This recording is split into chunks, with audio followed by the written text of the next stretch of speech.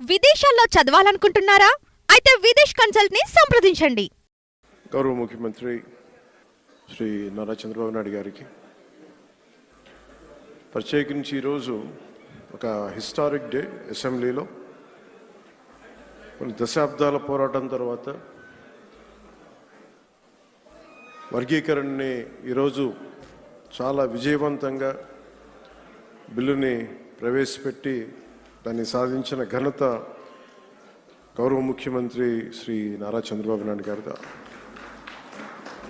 అలాంటి సక్సెస్ఫుల్ రోజున ఈ రోజున శాసనసభ్యులందరూ ఈ క్రీడా సమ్మేళనం తాలూకు మన ప్రైజ్ డిస్ట్రిబ్యూషన్ కానీ అలాగే ముఖ్యంగా ఈ కల్చర్ ప్రోగ్రామ్ చూస్తే నాకు నేను చేసిన గబ్బర్ సింగ్ సినిమాలో నా పోలీస్ స్టేషన్ సీన్కి వచ్చింది. చచ్చిపోయాను నిన్న.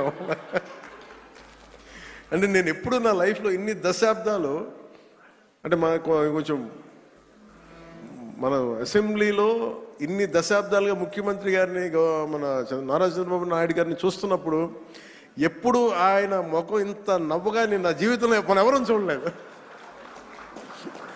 సో అసలు ఎప్పుడు అంటే అంటే నవ్వే పరిస్థితులు ఉండవు. ప్రత్యేకించి ఇందాక మన గౌరవ శాసనసభ్యులందరూ కల్చరల్ ప్రోగ్రామ్ చేస్తూ ఉంటే ఒక నియోజకవర్గాన్ని బాధ్యత మోసే ఎమ్మెల్యేకి ఇన్ని బాధ్యతలు ఉంటే 175 నియోజకవర్గాలు, ఆల్మోస్ట్ ఒక ఇన్ని పార్లమెంట్లు, 25 పార్లమెంట్లు, ఒక రాష్ట్రం, ఇన్ని కోట్ల మంది జనం బాధ్యత మోసే వ్యక్తి నవ్వు రావడం అనేది ఉండదు. ఎప్పుడు లోపల ఎలా చేయాలి సమస్యను ఉంటుంది. అలాంటి వ్యక్తికి మీరు, అలాంటి బలమైన నాయకుడికి మీరు నవ్వు కలిగించినందుకు మనస్ఫూర్తిగా మీకు చేతులెత్తి నమస్కరిస్తున్నాం. ఒక సింపుల్గా చెప్పాలంటే మీరు చేసిన performance simple I can say wow. అసలు ఎంత ఆనందాన్ని ఇచ్చిందంటే నేను మర్చిపోయాను. నేను అసలు అంటే నేను ఇంటికి వెళ్ళి కూడా కొన్ని రోజులు నవ్వుకునే పరిస్థితి ఉంది నాకు. అంటే ఇది ఎంత అంటే ఇది మన ఒక్కళ్ళకి ఆనందం కాదు. ఇది శాసనసభ్యులు అంటే ఎప్పుడు వ్యక్తిగత కక్షలు, గొడవలు, అరుపులు, కేకలు అన్న సంస్కృతి గత 5 సంవత్సరాలుగా చూసాం. అలాంటిది మనందరం విభిన్నమైన పార్టీలకు చెందిన వాళ్ళం, అందరం కలిపి ఎన్డీఏ కూటమి.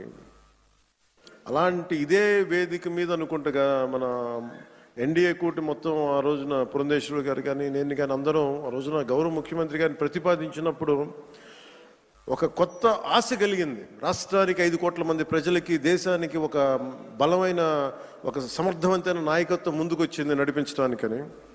ఈ రోజున సమర్థవంతమైన నాయకత్వమే కాదు, ఆనందాన్ని పంచే నాయకత్వం కూడా శ్రీ నారా చంద్రబాబు నాయుడు గారిలో చూసాం. అసలు ఇలాంటి వేడుకని ముందుకు తీసుకెళ్లిన వ్యక్తి సహజంగానే ఆయనలో ఉండే ఒక గ్రేట్ హ్యూమర్ ఉంటుంది, హాస్యశీలి. శ్రీ చింతకాయ మన గౌరవనీయులు స్పీకర్ శ్రీ చింతకాయల అయ్యన్న పాత్రుడి గారి పాత్ర ప్రశంసనీయమైంది. ఎందుకంటే ఆయన కనుక పూనుకోకుండా కానీ ఉండుంటే ఇంత ఆనందాన్ని మనకి లభించే అవకాశం ఉండేది. మనస్ఫూర్తిగా చింతకాయల అయ్యన్న పాత్రుడి గారికి మనస్ఫూర్తిగా సందర్భంగా నేను ధన్యవాదాలు తెలియజేస్తాను. అలాగే గౌరవ అసెంబ్లీ చైర్మన్ శ్రీ కొయ్యి మోషన్ రాజు గారికి, అలాగే దుర్యోధనుడిగా మనందరిని ఆలోచించిన శ్రీ రఘురామకృష్ణరాజు గారికి, కమిటీ సభ్యులకి, స్పోర్ట్స్ డిపార్ట్మెంట్ అధికారులకి, కార్యక్రమాన్ని విజయవంతంగా నిర్వహించిన ప్రతి ఒక్కరికి నా హృదయపూర్వక కృతజ్ఞతలు.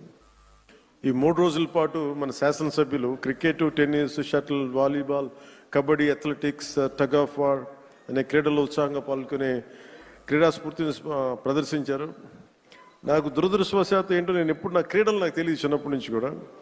మొట్టమొదటిసారి నాకు కూడా ఒక ఆశ కలిగింది, నాకు కూడా చేయాలనిపించింది. మేము వచ్చే సంవత్సరం ఒక ప్రయత్నం చేస్తాను.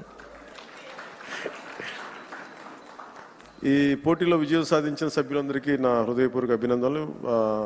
మీరు చూపించిన సహనశీలత కానీ, పట్టుదల కానీ, ఇది ఏదో సరదాగా ఇవన్నీ కంటే కూడా మనందరి మధ్య ఒక స్నేహపూర్వకమైన వాతావరణం, అంటే ఏదన్నా సమస్యలు వస్తే కలిసికట్టుగా పోరాడే ఒక ఐక్యతనిచ్చింది. అది నాకు చాలా చాలా ఆనందాన్ని ఇచ్చింది. అందరం పార్టీలకు అతీతంగా మర్చిపోయి సీనియారిటీ, జూనియర్ని తారతమ్యాలని మర్చిపోయి అసలు ముందు తీసుకెళ్లిన విధానం, ఈ స్ఫూర్తి ఒక ఆంధ్రప్రదేశ్కి కాదు భారతదేశానికి కూడా ఒక స్ఫూర్తి అని మనస్ఫూర్తిగా నాకు నిజంగా చాలా ఆనందంగా అనిపించింది. అలాగే దీన్ని ముందుకు తీసుకెళ్లిన ప్రతి అంశాన్ని ముఖ్యంగా ముందుకు తీసుకెళ్లిన మా ఎమ్మెల్యేస్ అందరికీ కూడా స్పోర్ట్స్ అథారిటీ ఆంధ్రప్రదేశ్ క్రీడా సాధికార సంస్థ ఈ కార్యక్రమాన్ని విజయవంతంగా అందించిన సహాయానికి నా హృదయపూర్వక కృతజ్ఞతలు తెలియజేస్తాను. క్రీడా మైదానంలో ఏర్పాట్లు కావచ్చు, అవసరమైన క్రీడా సామాగ్రి, క్రీడాకారుల సౌకర్యాలు వంటి అన్ని విషయాల్లో వారు చేసిన కృషి చాలా చాలా ప్రశంసనీయం. శాప్ అధికారులు, కోచ్లు, మరి సిబ్బంది మన అందరి తరపున ప్రత్యేక ధన్యవాదాలు తెలియజేస్తూ, మీ అంకిత భావం వల్లే ఈ రోజున క్రీడా సమ్మేళనం ఇంత విజయవంతంగా సాగింది.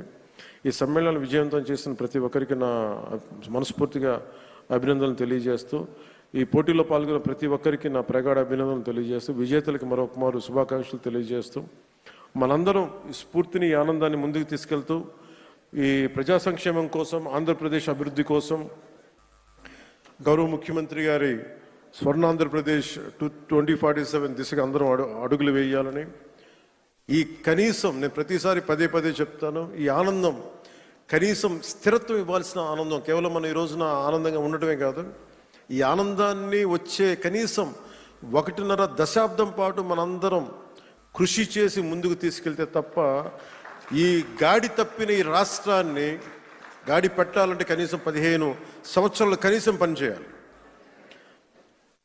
ఇది ప్రధానమంత్రి గారు 3వ ప్రధానమంత్రి అయ్యారు. అలాగే ఆయన 3 పర్యాలు నేను ముఖ్యమంత్రిగా చూడాలి, నాకు మనస్ఫూర్తిగా నాకు ఆశయం, కోరిక కూడా. ఎందుకంటే ఆయన అనుభవాన్ని మనం ఎక్కడ కూడా అసలు పక్కన పెట్టలేం. సో ఆయన దగ్గర నేను మనస్ఫూర్తిగా ఈరోజు మరోమారు గౌరవ సభ్యులందరి తరపు నేను ముందు చెప్తున్నాను, ఆయన దగ్గర నుంచి నేర్చుకోవడానికి కానీ, ఆయన కింద పని చేయడానికి కానీ నేను అనుక్షణం ఎప్పుడు సంసిద్ధంగా ఉంటానని తెలియజేసుకుంటూ, నాకు ఈ అవకాశాన్ని ఇచ్చిన ప్రతి ఒక్కరికి ధన్యవాదాలు తెలియజేసుకుంటూ, ముఖ్యంగా మీరు ఇంటికి వెళ్ళేటప్పుడు మీరు చాలా అనుభవాలు తీసుకెళ్తున్నాను. ఇందాక గౌరవ ముఖ్యమంత్రి గారు కూడా చెప్తా ఉన్నారు, వారిద్దరు గౌరవ మన సుందరపు విజయ్ కుమార్, మన ఇంకో శాసనసభ్యులు ఇద్దరు చేసింది, రాలిపోయే పువ్వా నీకు రాగాలి ఎందుకంటే, నేను అది గుండెల్లో నింపుకొని కారులో వెళ్ళే వరకు, ఇంట్లో పడుకుపోయే వరకు ఈరోజు అదే నవ్వుతూ ఉంటాను. ప్రతి ఒక్కరు చేసింది అంటే మనస్ఫూర్తిగా మీ అందరికీ ధన్యవాదాలు తెలియజేసుకుంటూ, జయ ఆంధ్ర, జయ భారత్, జయ హింద్. సుమన్ టీవీలో మీ పర్సనల్ అండ్ బిజినెస్ ప్రమోషన్స్ కోసం కింది నెంబర్కి కాంటాక్ట్ చేయండి.